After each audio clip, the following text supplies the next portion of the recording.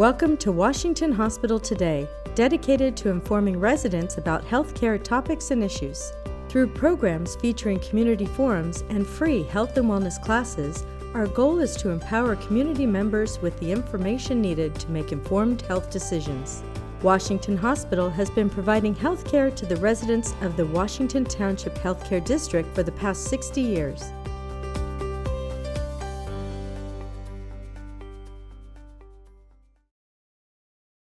Today's presenter is Anna Mazet. Anna is a clinical registered dietitian and certified diabetes educator. Welcome to Diabetes Matters. So tonight we're going to talk a little bit about Italian food. Let's take a look for a moment at where Italy is. It's with these other countries that border the Mediterranean Sea, okay? And you may know something about the Mediterranean diet, that it's called Med Diet, and it has become very popular because of all the health benefits. Since the 1960s, researchers have been looking at the Mediterranean, this area, this region of the world, and noting that they have much lower rates of cardiovascular disease than in Europe and in the US, okay? And in 2019, they ranked the Mediterranean diet #1 for overall best diet. How do they decide that? Well, they get a panel of people, specialists in behavioral health, people in diabetes, cardiovascular disease, nutritionists, to observe, look at all the studies and reports, and then they have categories that they score on, like ease of use, short-term and long-term weight management, lowering risk of diabetes, heart disease. So it's scored in all kinds of different areas. And so it's rated #1 best diet for 2019, and I expect it to continue that way. The Dietary Guidelines for Americans that came out promoted a Mediterranean type diet. So what does that involve? And we're going to look at a Mediterranean food pyramid in a minute. But overall, what we're looking at, what the researchers are saying, is that you could see that it is so many benefits in reducing risk of heart disease, lowering blood pressure, lowering risk of type 2 diabetes, okay, fighting cancers and other chronic diseases, helping to lose weight and maintaining the loss, okay, and these other areas of chronic conditions that we suffer from, okay? So this is the Mediterranean food pyramid. Now, what I want you to look at is that the bottom of this is not food. It's activity. It's eating with other people. So it's more than just the food. It is a way of life. There's a pattern of eating in those regions that's similar. There's some differences, some spices, maybe types of fish that they eat, but overall there's a pattern of eating that's consistent throughout that region of the Mediterranean. But it starts out with this foundation, taking our time and savoring food and eating it instead of rushing around, which is hard not to do in the Bay Area, right? Make sure that you're getting that daily activity. So it's all those behaviors. Now, when it comes to food, the bottom or the foundation of this food pyramid goes back to plant foods. A variety of vegetables, fruits, whole grains. And most of the fat comes from olive oil and nuts and seeds and these types of things. And they use a variety of herbs and spices also, okay? About twice a week, which is what the Heart Association recommends, they're having seafood, okay? At least 2 times a week is what the Heart Association recommends. And then it's more moderate portions when it comes to chicken, eggs, cheese, these types of things. Not heavy use. And definitely limiting meats and sweets and processed foods, okay? So that's one of the reasons why these foods typically have a low glycemic index, is because you're avoiding processed foods that are easily digested and can spike blood sugar, and is talking with people with diabetes, that is so critical, okay? Drinking plenty of fluids throughout the day does also help with weight management, hydration, proper digestion, elimination, okay? And we see wine in moderation, so we're going to talk about that in the next few minutes. All right. So one of the main things that I want to point out to you about this plant-based diet, and we've talked about this before, is our phytochemicals or plant chemicals that work against diseases in a number of different ways, okay? So phytochemicals are in plant foods, and that's why it's important to get a variety, because they all work in different ways. The most popular function, they act as antioxidants to reduce harmful chemical reactions in the body. They act as anti-inflammatory agents.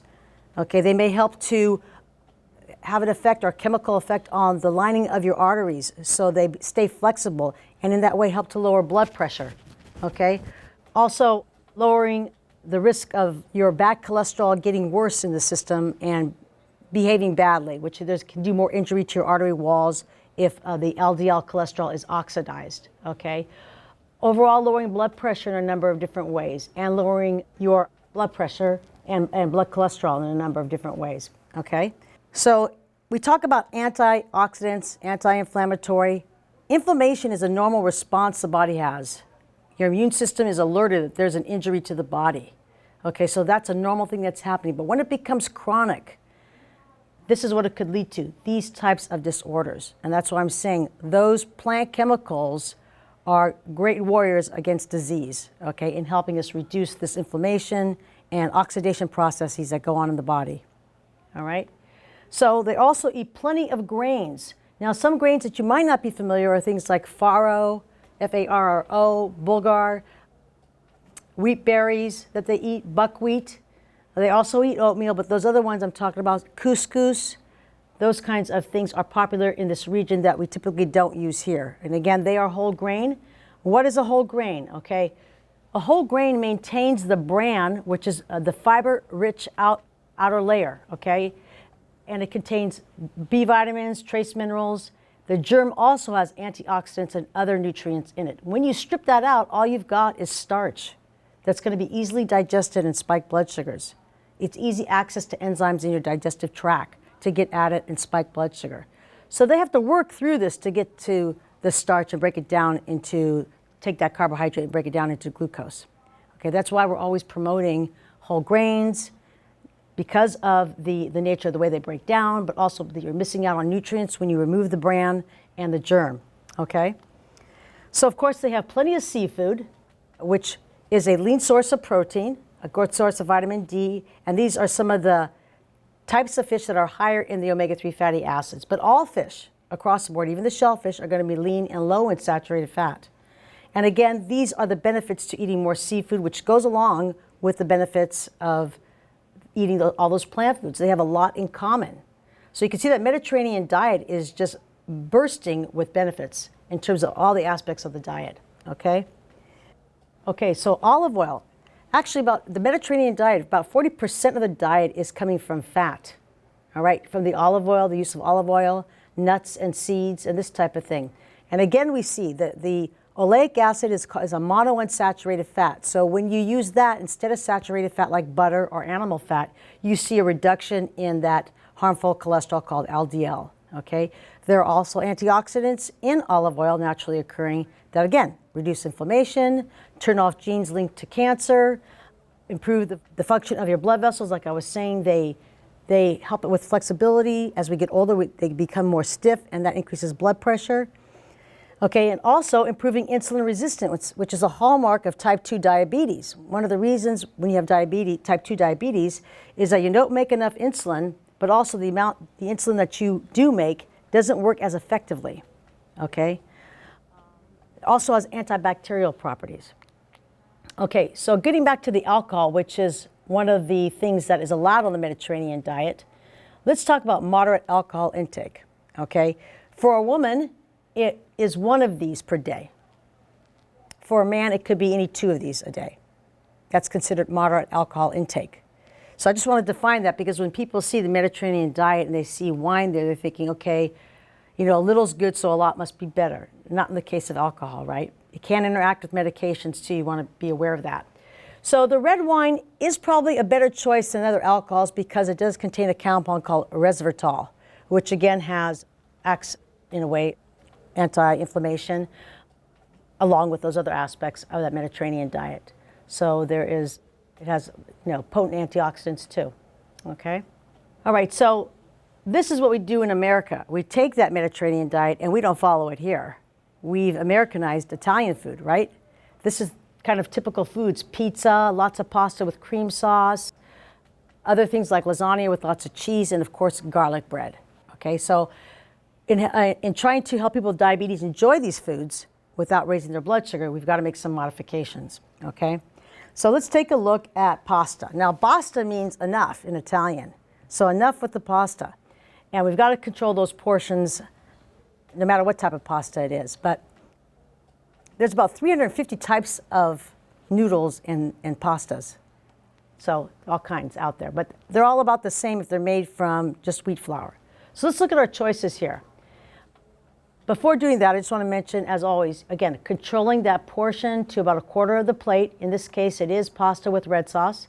But again, you have your protein and your vegetables there to get a balanced meal. When you have a combination of foods, whatever's going to turn into blood sugar is going to do so more slowly because you've got other things being digested, okay?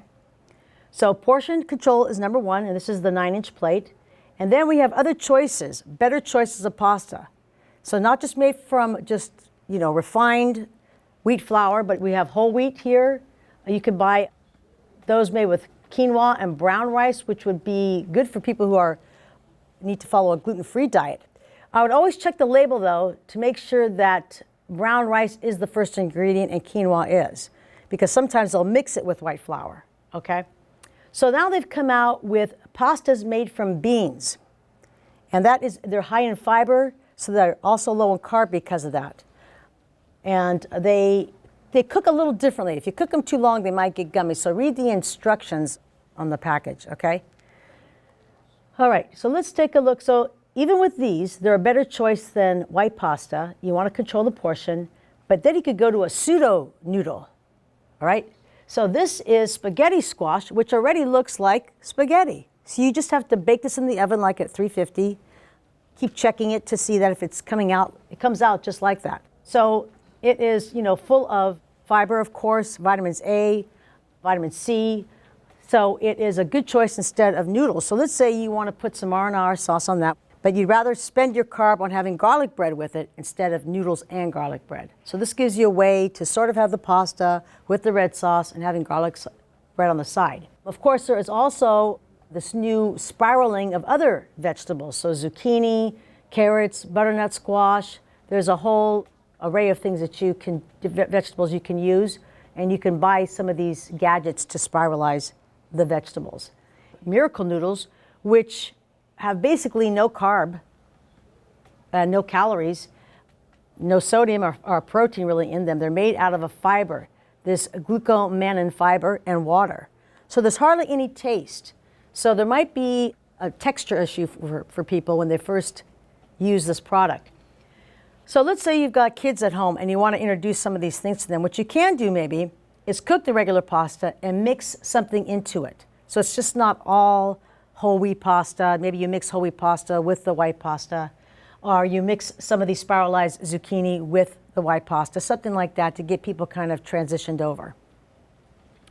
Okay, so let's look at talking about garlic bread and sourdough bread. Okay, so sourdough bread is a little different than regular bread made with just regular baker's yeast. Sourdough is made with wild yeast, and it ferments with lactic acid.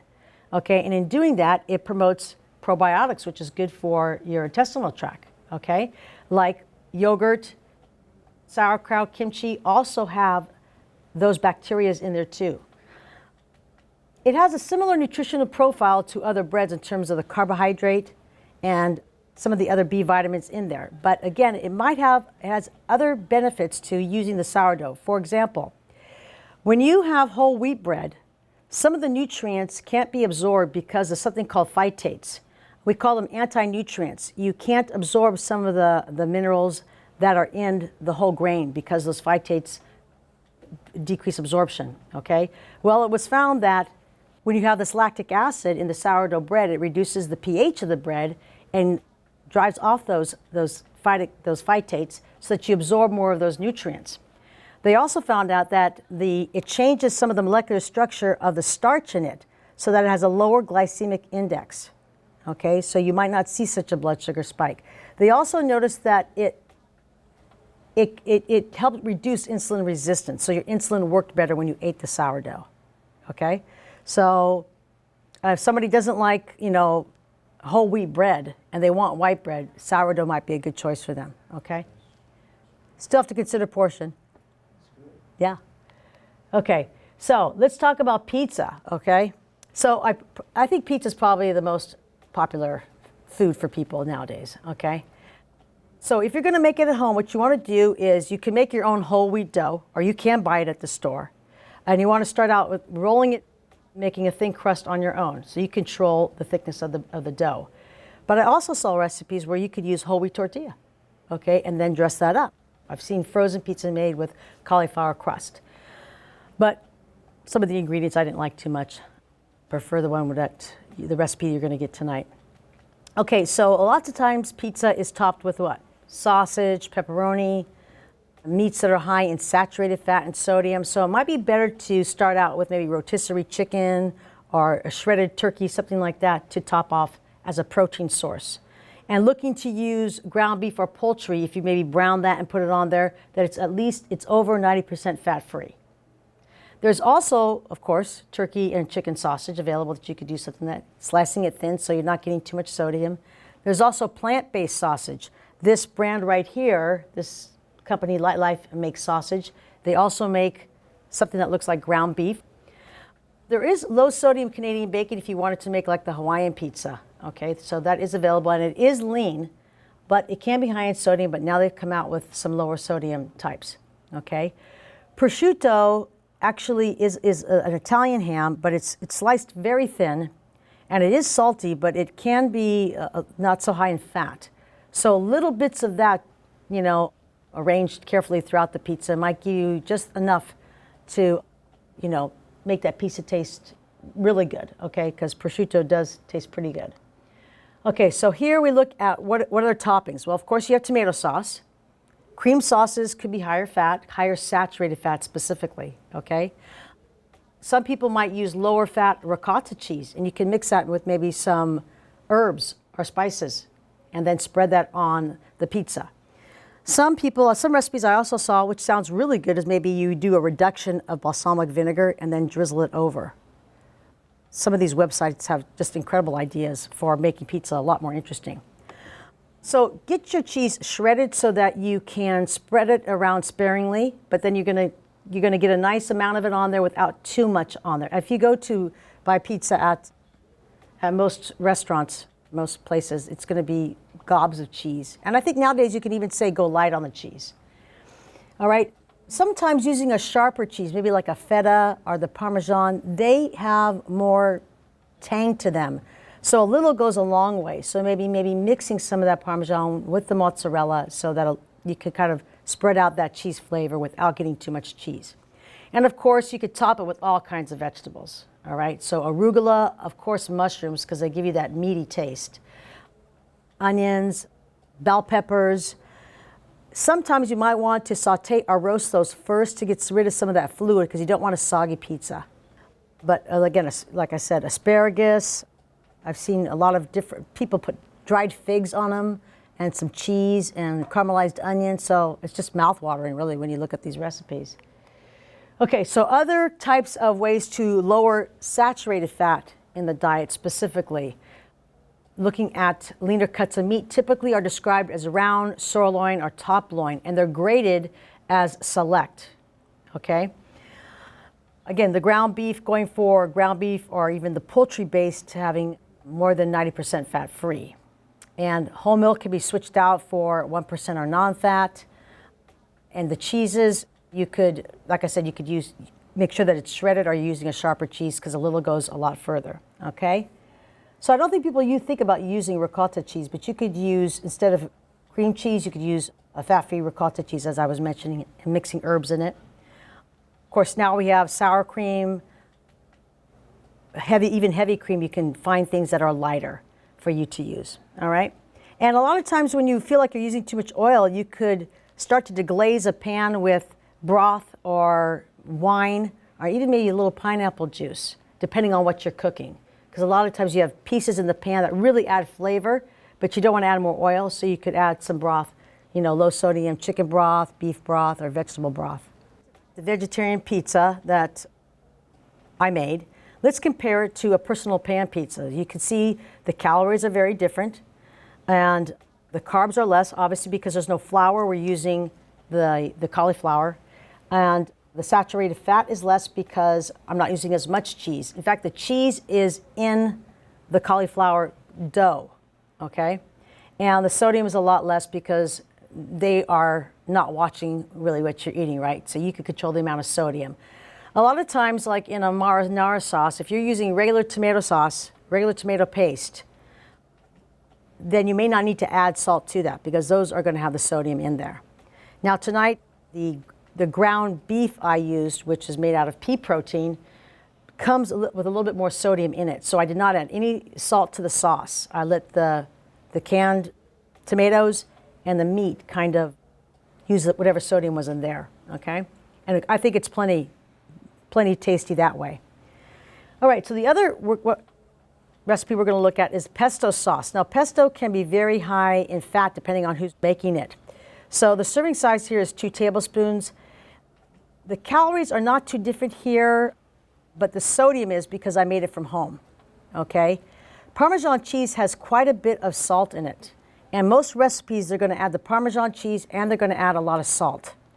So that's why I cut back on the Parmesan and we added some other things like lemon to it to give it some flavor besides salt. So it cut down on the sodium quite a bit, okay? And then here we have Alfredo sauce, which is known to be very creamy, made with heavy cream, and can be very high in saturated fat. So we could see that the calories are cut down because we used less fat. We used low-fat cream cheese and less Parmesan cheese here too. So the carbs are about the same because the carbs coming from the noodle, not the other ingredients. All right. So here we could see the saturated fat is almost 20 grams, which is 100% of what we call the daily allowance for somebody on a 2,000 calorie a day diet. You're right at the max right there. Okay. So here we've cut it down to 3 grams of saturated fat. And then the sodium, of course, because I cut back on some of the Parmesan cheese here, and I didn't add any salt to it. I let the Parmesan cheese do its thing. Reduce the sodium, okay? Well, I mean, San Francisco, this Bay Area is known to makes good sourdough bread. It's rumored that because of where we live, that's why we have the best sourdough. Something about living in the Bay Area, okay? But the Mediterranean diet is getting back to basics of eating more fresh foods, which we've constantly trying to promote people to do, is to try to cook more fresh ingredient, cooking from scratch at home, less dining out. And I think that many stores now offer fresh ingredients, cleaned, chopped up, ready to use, because that's an excuse for a lot of people not to eat vegetables. But now you can they're cleaned and they're in microwavable bags. So like with that Alfredo, for example, what I would do with the Alfredo and fettuccine, I would add some maybe steamed broccoli to that, or some vegetables to almost make it like a pasta primavera, but with cream sauce. Okay, and maybe you could throw in some roasted chicken or something like that too, so it's like a casserole. But in general, try to think of, when you have noodles, is to also add to it any kind of grilled vegetables, eggplant, zucchini, bell peppers, things like that, because it makes it go further, right? Sometimes you might be used to a big plate, and now you're gonna have a smaller plate, but we can make it bigger by adding some of those lean protein sources and those vegetables too, okay? So in general, do you think that you've started to kind of follow some of that Mediterranean diet and not known it by having more vegetables? Because that's one of the things we promote in our diabetes class, okay? All right, so let's mangiamo. Let's eat, okay?